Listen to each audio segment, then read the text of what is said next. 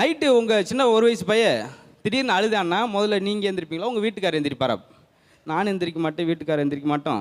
அந்த தெருவில் இருக்க எல்லாரும் எந்திரிச்சிருவாங்க. அப்படி அழுதுருக்கான் அடிவத்துலேருந்து அப்படின்னா அது.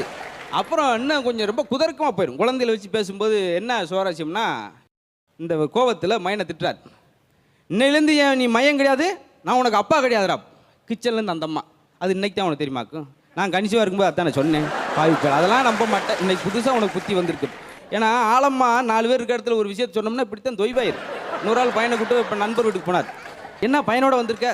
இந்த மனித குரங்க பார்க்கணும், மனுஷ குரங்க பார்க்கணும். சரி உங்களை பார்த்துட்டு போகணுன்னு வந்தேன். ஏன்டா ஏஞ்சர் போங்க என்ன வெடிக்கிறேன் நீ, இதுக்கு அவனை தேடி வர சொன்னேன்.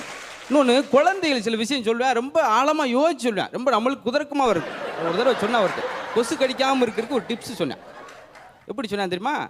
அங்கிள் நீங்கள் நல்லா கொசு கடிக்காமல் இருக்க என்ன செய்யணுமா சொல்கிறா, உடம்பு பூரா மிளகாப்பொடியை தடவிட்டுறீங்க படுத்து